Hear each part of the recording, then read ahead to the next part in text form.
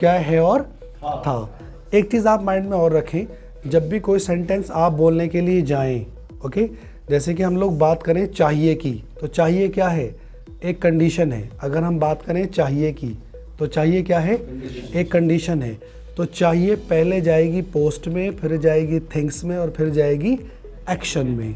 अब जैसे कि मान लीजिएगा ये सकता है, कैन है, ये एक कंडीशन है, तो ये कैन का, सकता का पहला सेंटेंस पहले बनेगा पोस्ट का, फिर बनेगा थिंग्स का, फिर बनेगा एक्शन का।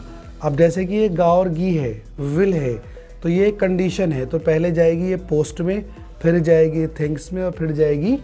तो मैं आपको ये बताना चाह रहा हूँ, अंग्रेज़ी में जितनी भी कंडीशन है ना, चाहिए, सकता, गा और गी, वाला वाली, ये पहले काय में जाएंगी, पोस्ट में, बी और बिकम लगेगा। फिर ये काय में जाएंगी, थिंग्स में, हैज़ हैव हैड लगेगा। फिर ये काय में जाएंगी, एक्शन में, एक्शन लगेगा। तो बस इतना सा आपको माइंड में रखना है कि अगर सेंटेंस में बनना, जैसे कि हम लोग, मैं आपको बताना चाहता हूँ दोबारा से, कि अंग्रेज़ी जैसे ही आप बोलने के लिए चलें, आप इसके साउंड्स माइंड में रखें, आवाज़ें। अगर आवाज़ आ रही है बनना या होना या बनता की, तो ये आवाज़ पोस्ट की है, बी और बिकम लगाएंगे। और अगर आवाज़ आ रही है पास या रखना या रखता की, तो ये आवाज़ थिंग्स की है, इसमें हैज़ हैव हैड में से एक लगाएंगे। और अगर आवाज़ आ रही है करना या करता या किया की, तो ये आवाज़ एक्शन की है, ये आवाज़ एक्शन की है, इसमें जौन सा एक्शन मांगा जाएगा वो लगाएंगे।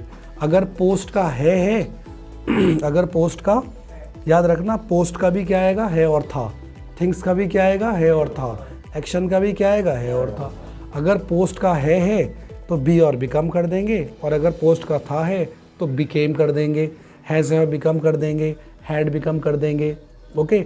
अगर थिंग्स का है तो हैज़ हैव आएगा, और अगर थिंग्स का था है तो हैड आएगा। अगर एक्शन का है तो उस एक्शन का फर्स्ट आएगा, और अगर एक्शन का था है तो उस एक्शन का सेकंड। इसको समझिएगा आप ध्यान से, ये बड़ी इंपॉर्टेंट चीज़ है। क्यों है? क्योंकि अंग्रेज़ी में सबसे ज़्यादा जो बातचीत होती है वो एक्शंस में होती है। किस में होती है? मैं आपको बहुत अच्छे से एक्सप्लेन कर रहा हूँ, ओके। इंग्लिश में सब सेंटेंस पोस्ट के भी आएंगे, बी और बिकम, सेंटेंस थिंग्स के भी आएंगे। आपको पहचान बिठानी है इसकी। क्या बिठानी है? कि अगर आवाज़ बनना होना बनता की है तो ये पोस्ट कैटेगरी है, इसमें बी और बिकम लगता चला जाएगा। और अगर आवाज़ पास, मैं कुछ चीज़ें रखने के बारे में बता रहा हूँ, तो ये हैज़ हैव। और अगर मैं कुछ करना, ये आपको बोलते टाइम माइंड में रखना है। लेकिन सेंटेंस पोस्ट के भी आएंगे, सेंटेंस थिंग्स के भी आएंगे, लेकिन सबसे ज़्यादा जो इंग्लिश में बातचीत होती है वो एक्शंस में होती है। काय में होती है? जब आप कोई बुक पढ़ेंगे, कोई मैगज़ीन पढ़ेंगे, न्यूज़पेपर पढ़ेंगे, तो सेंटेंस को जब आप पढ़ते हुए होंगे न्यूज़पेपर का, मैगज़ीन का, तो वहाँ पे आपको पोस्ट, थिंग और एक्शन वाला जो फॉर्मूला है ये माइंड में रखना है। जब भी कोई सेंटेंस आप पढ़ रहे होंगे ना, वो सेंटेंस जो लिखा हुआ है या तो वो पोस्ट का होगा, ओके, या फिर वो थिंग्स का होगा, या फिर वो एक्शन का। लेकिन ज़्यादातर जो सेंटेंस आते हैं, ये चीज़ आप जो है माइंड में रखिएगा, सेंटेंस जो ज़्यादातर आते हैं वो किसके आते हैं? एक्शन के। और उनको चेंज करना इतना आसान है, आपको कुछ भी नहीं करना।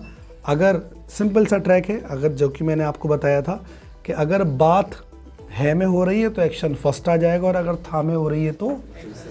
और याद रखना, एक्शन कंडीशन के साथ जुड़ के आता है।